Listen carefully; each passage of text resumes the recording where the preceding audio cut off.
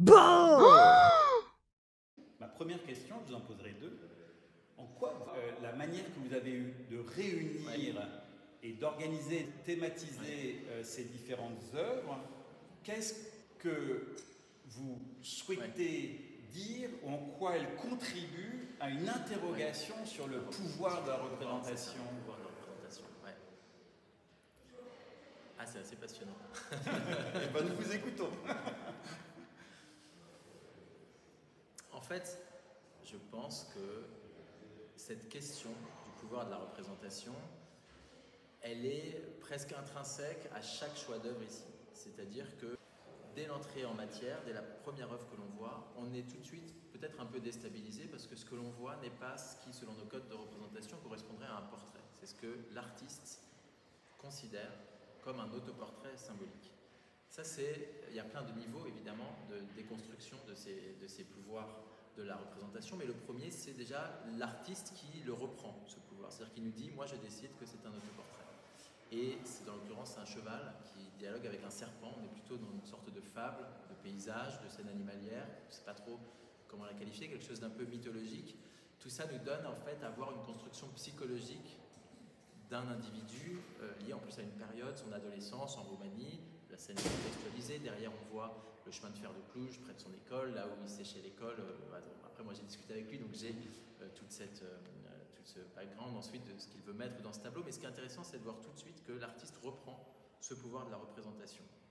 Ensuite, il y a des artistes qui vont plutôt jouer avec, à brouiller la frontière entre autant Velázquez reprend son pouvoir de peintre, en quelque sorte, sur le contexte de la commande, etc.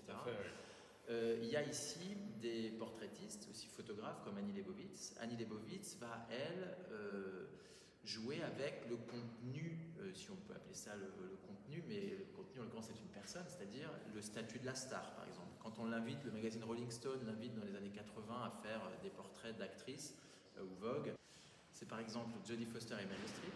Jodie Foster, alors elles en discutent aussi, ce sont deux femmes qui parlent avant d'arriver à une image finale, la photographe et son modèle. Elle va décider de superposer le portrait, en l'occurrence l'image du visage, et un lieu, ce qui est d'une puissance, je pense, comparable presque, alors comparable, tout se discute, mais en tout cas, c'est se mettre au niveau des exercices, des jeux de composition de Velázquez, par exemple. Donc, ce qu'on voit, c'est l'ouverture des espaces, en tout cas. Oui. Exactement. Ouais, c'est un lieu vide, et dans ce lieu vide est fissuré, un visage est fissuré tout d'un coup, et un visage diaphane, un visage aussi qui nous échappe, qui n'a plus de corporéité. Je pense que ça, c'est aussi quelque chose de très intéressant, et on peut le comparer à Meryl Streep, qui, elle, se masque en white face, et elle s'étire le visage, elle se tord la peau comme ça dans tous les sens. C'est une jeune actrice à ce moment-là. Il y a aussi toute l'idée de donner une image d'elle, et c'est travailler avec Annie Leibovitz, la portraitiste, qui soit l'image d'un visage changeant, donc prêté aussi à différentes apparences voulues par des réalisateurs. Ça, c'est aussi reprendre en main. Là, c'est la personne qui reprend en main l'image que l'on donne d'elle via la discussion, le dialogue avec la portraitiste. Donc c'est encore un autre niveau de reprise en main de ces enjeux politiques de la représentation. On pourrait parler de Cindy Sherman, évidemment, mais c'est un cas peut-être plus connu. Mais il y a ici différentes œuvres de Cindy Sherman qui montrent, alors elle, avec son propre corps, comment on peut passer par différents stéréotypes de représentation et les infiltrer pour les dénoncer. Et puis, on peut ensuite citer sur encore un autre registre. En fait, cette exposition, c'est aussi peut-être sa complexité, mais aussi sa force, je pense. Elle est extrêmement variée. C'est-à-dire que chaque œuvre va nous dire, elles sont presque toutes commentées, chaque œuvre nous emmène vraiment dans un rapport au visage, au portrait, à la représentation. Je voulais parler d'Antonio Oba. Antonio Oba est un artiste brésilien qui va s'emparer d'une image tristement célèbre, le portrait d'Ota Benga, un pygmée né vers 1880 et qui au début du XXe siècle va être emmené d'Afrique vers les États-Unis, va être exploité dans des zoos humains, va être montré au Muséum d'histoire naturelle de New York, puis même au zoo du Bronx, et va très tristement finir sa vie. Ota Benga avait les dents limées, était un pygmée de petite taille, donc était observé, était un objet de foire très, évidemment, assez horrible, et il y a une photo très célèbre de lui souriant à pleines dents. Et c'est ce portrait-là que va reprendre Antonio Obba. Mais Antonio Obba va créer un diptyque. Et c'est là où on a quelque chose de, d'ailleurs, très foucaldien, je pense. Il nous crée un diptyque où tout est dans l'analyse de ce diptyque important. Les supports. D'un côté, une toile nue, une toile brute, rêche, punaisée, tac-tac dans le mur. Rien d'autre. Pas aucune autre considération d'encadrement ou autre. À côté, au contraire, des dorures, un miroir qui semble être un miroir occidental avec ses dorures, son encadrement, avec le bois travaillé.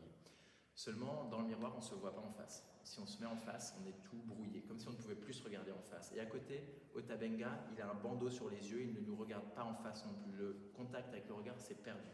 Et Otabenga est devenu ce que Antonio Obba l'appelle, et c'est le titre de l'œuvre, c'est comme ça qu'on a cette interprétation, Chaki. Chaki, c'est un esprit dans le folklore brésilien de la résistance, quelqu'un qui, comme s'il avait échappé à ce corps qui a été tellement traumatisé, meurtri, tellement massacré quoi, par le regard occidental, qu'il s'en échappe et qu'aujourd'hui la force elle n'est plus dans ses dorures et dans ce miroir qui lui ne dit plus rien, il est tout vieux ce miroir, elle est dans cette petite toile punaisée, le regard a disparu mais l'esprit est là, il s'est échappé. Et ce diptyque il dit beaucoup justement du pouvoir de la représentation.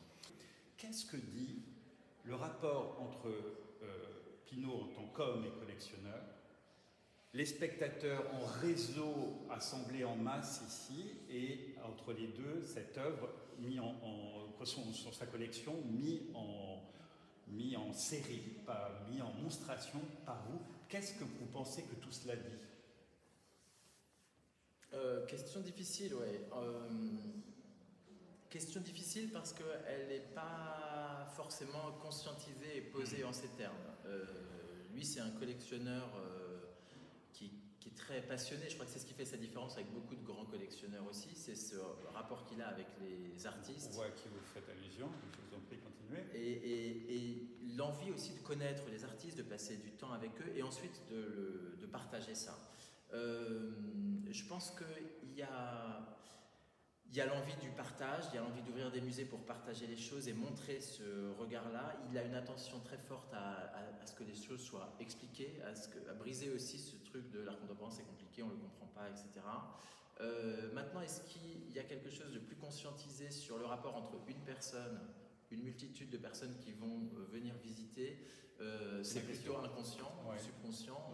Je ne pense pas que, en tout cas, c'est pas un objectif déclaré, c'est pas quelque chose je pense, très marquant. En tout cas, moi, mon rôle de conservateur de cette collection et de commissaire d'exposition, il a jamais été vraiment pris dans ce sens-là. Je travaille là comme je travaillerais dans un musée. Il y a évidemment le rapport à une personne et une personnalité, un goût, etc. Néanmoins, cette exposition, elle peut former en négatif effectivement le portrait d'un collectionneur. Il y a des choses qui sortent de ces portraits, de cette sélection, notamment un aspect plus sombre aussi d'un rapport à la réalité. Mais après, il y a le collectionneur et ses œuvres. Et je pense que la relation, le collectionneur et ses œuvres est très forte. La relation entre les œuvres et le public, pour moi, est identique à ce que l'on peut voir, par exemple, au Musée des Beaux-Arts avec les œuvres de Claire Tabouret et le public. C'est-à-dire qu'il n'y a pas quelque chose qui est travaillé sur le rapport entre le collectionneur et la chose malléable qui vient du public. Ouais. Jean-Marie Gallet, Univers vous remercie. Merci. Merci à vous.